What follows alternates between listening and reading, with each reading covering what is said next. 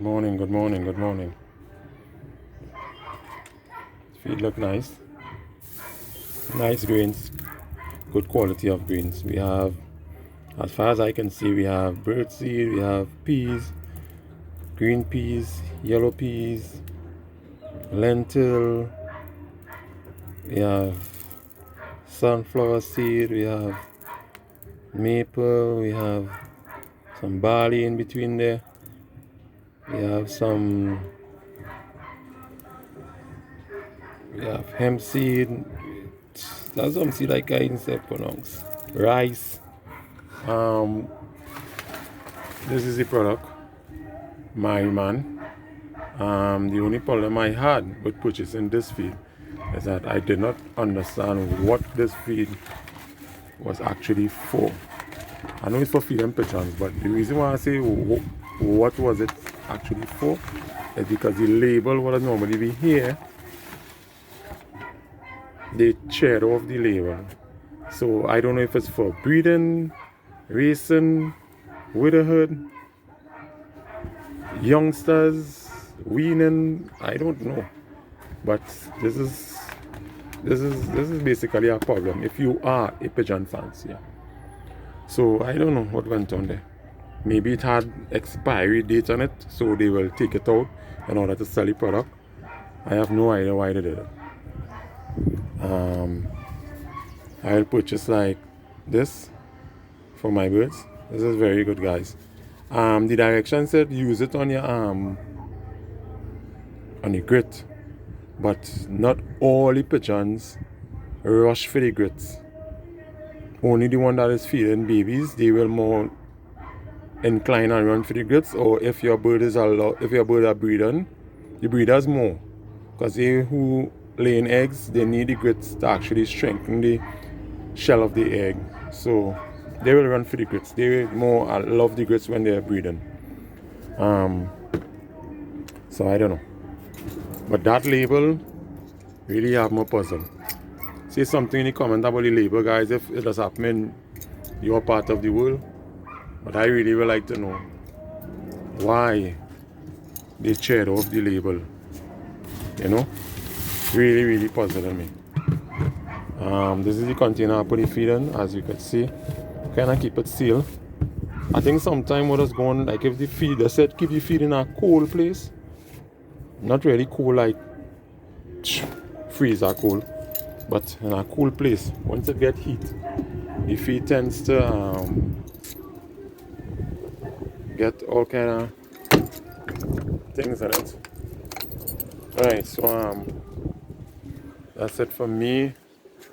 I have my birds, I send them to Tobago, so I don't have much birds in my loft right now. All I have here is youngsters 2021 birds, as you can see them. Alright, they're out. They're out. Alright, there's the 8 babies. Babies is what I have there. I don't have plenty of birds on the inside. There's some of my breeders here, and those who's on 9 flight. Yeah, they are on 10 flight, 9 flight. I ain't really sending them this bird on top there. He end up damaging his wings, so she does be breeding. This bird on the 10 flight. All those, this bird hit his wing, break his wing also, I don't know. I have a fancier who might want some birds to breed, so I might end up donating that bird. That bird on top of the feed tray, that nice little black and white bird, but it looks like an eagle. That is one of the auction birds for High Flyers Pigeon Club. I have some garlic in the water right now. The garlic does actually stimulate the blood, and obviously pigeon is blood. So the majority of the birds in this section is on molting on the 10th flight. Now you see what's going on with the 10th flight, guys. What fanciers does also, they send the bird into a race, and they don't count the flights. So as a fancier, What you need to do, you need to count the pigeon flights to make sure it have all 10 flights.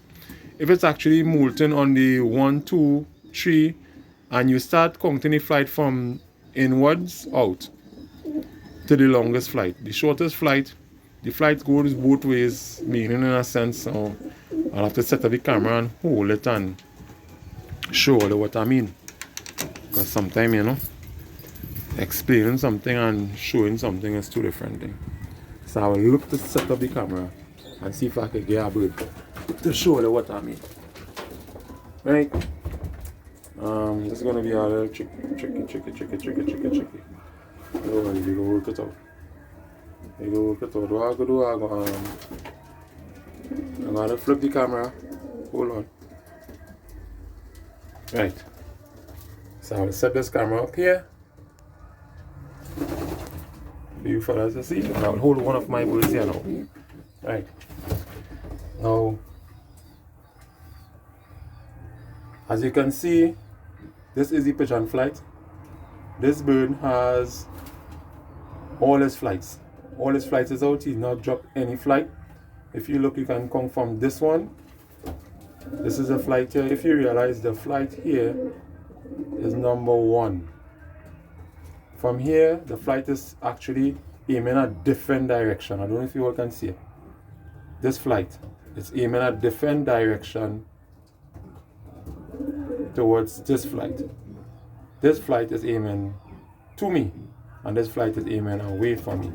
So basically what you will do, you will come from here, and that is 1, 2, 3, 4, 5, 6, 7, 8, 9, 10. So this bird has all 10 flights. What you do, you count the flights, make sure the flights are not damaged, not break.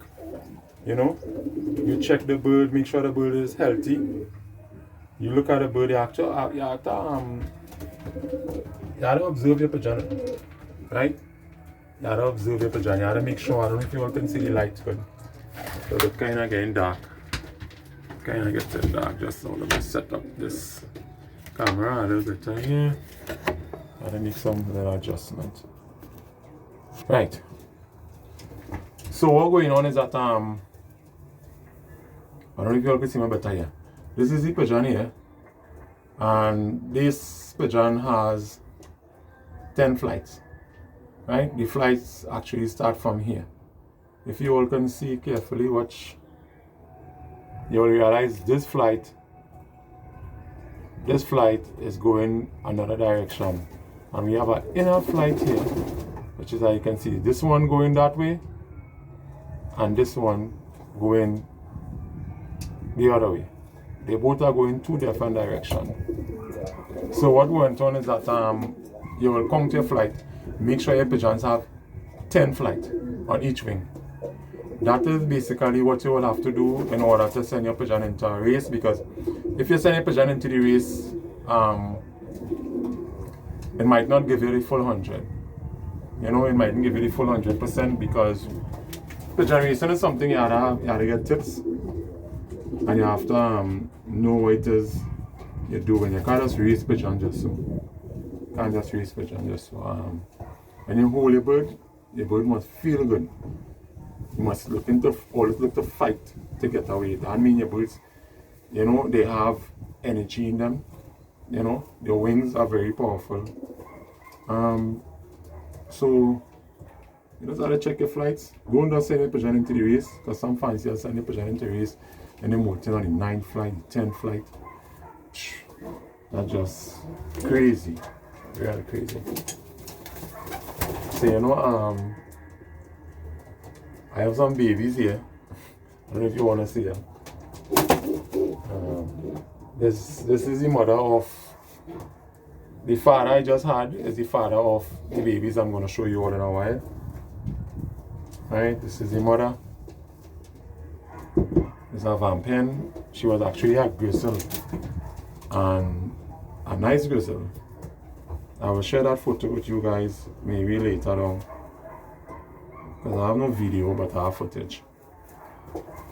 So this is the mother of the youngsters, the babies I'm going to show you guys, right? You guys saw the father earlier on. This is the mother. It's vamping. Right? Okay. The babies. It's a grizzle hen. Shucks, not a grizzle hen, it's a grizzle.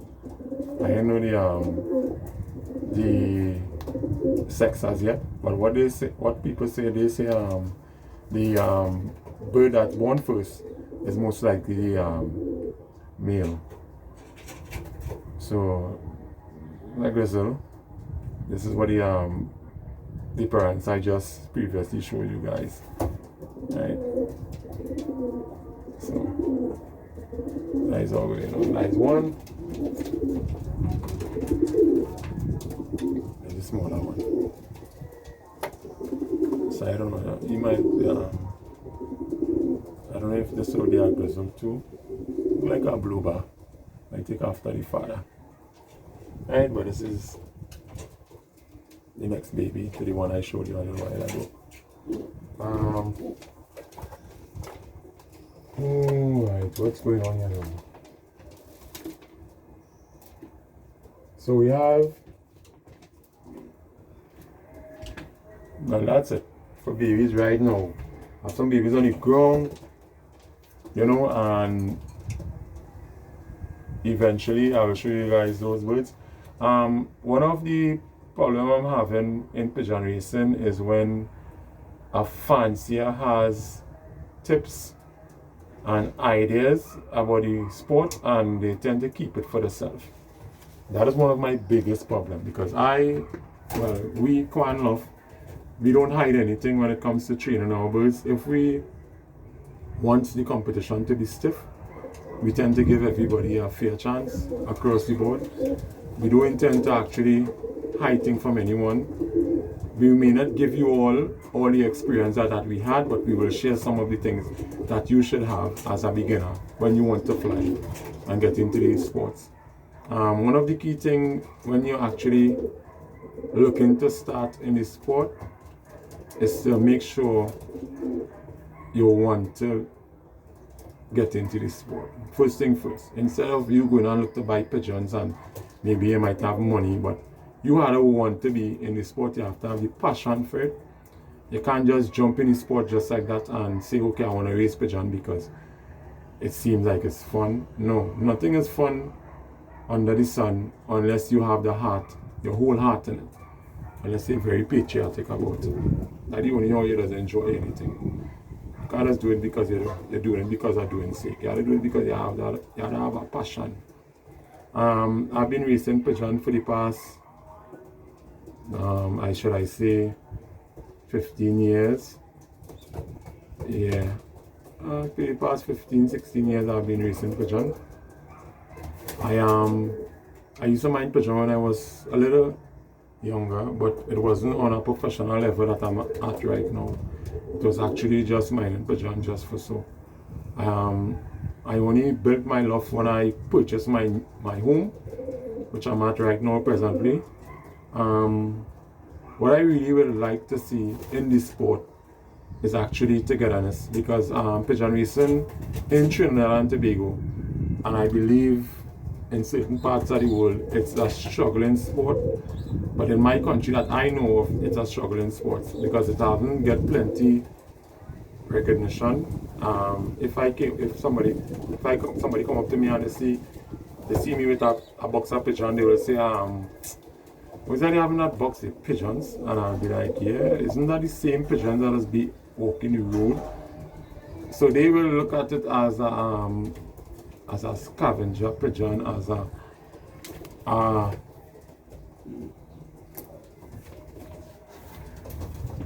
not so good thing. Trust me. You cannot look at it get from people. When I started telling them, yeah, we raise pigeon in Trinidad and Tobago and we have pigeon clubs, they go into a shock, they go into a state. And when I start to explain to them, obviously I really don't have the time to stand up and talk, because sometimes it's a whole thing you have to go through. Because when you start to explain about pigeon racing to someone who knows nothing about pigeon racing, it's like classes. So if you guys want to know a little more about pigeon racing, you can subscribe. I will try and actually, every time I post a video, I will try and send something that you all could actually learn off of. Right? I recently built this this tray here. This tray is for grits especially, because I needed a tray like this for grits. This is needed, and every fancier who has a loft, this is needed. This is a prototype. As you can see, it have a roof. The roof is actually to protect the pigeons from actually stooling inside of this. But this is actually something that you need to put your grits in. I will explain it to you why you need it just now. Let me just get something else. This is what fanciers will put their grits in. Right? This is what they will put their grits in. This is basically the bowl that we get grits in, that we buy, and what fanciers does, they actually use it to put grits in. The problem with this is that when you put the grits in this, the pigeons, they actually throw it away. Yeah, they throw it away. What they do is they stand up on it and empty the whole thing. The grits is all over on the ground, the grits is wasting. And trust me, grits are not cheap. You don't find the grits on the ground, you have to go and purchase it. Right? So that little grit holder is very, very, very needed in a pigeon loft. You need it. So that is one of the tricks in Quan loft, what I would like to share with you guys. I have a race coming up. It's an invitation race. I'm going to try and post up footage leading up to that race. It's actually not too far from now, so the next video that I'm post up, I'm going to give you all date, and I'm going to give you all time, venue, that when the race is going to start. Right? So I will, if you all stay with me, subscribe, I will have the race running, try and get as much footage as I could, so that you all could witness the race from start to finish. And you're all going to get to see my clock. You're going to get to see if I win. You understand? Not if I win, when I win. Because I actually go into the sport to win. I didn't go to actually come second or third. So you guys can check me out, follow me, subscribe, and just remember, straight from Quan Loft, we aim for levelness, meaning that we don't try to get the edge. Right? Once you do so and we actually give you things to feed and you ain't fly good, well, you have to keep trying, because I was never a person to be winning all the time. I have win trophies, I have win races, I have flied against the best. And to me, I am very pleased to the standard that I will end up. When it comes to the sheet, when I look on the sheet, I will see the between 1 and 20. I give myself all that stretch. Most likely, sometimes I just end up in the top 10. And that is pretty good, because the fanciers in Trinidad and Tobago, they really train and they know this stuff. Because I think if we come up against international flyers, I think we have good birds. So don't feel it's in Japan and England, Belgium, Sweden, Spain. These places have all the best birds. We have birds in Trinidad too. That is very competitive. And we could fly on the international market. Alright, so I'll keep you guys up to date on what's happening when it comes to this sport. See you guys later on the next video.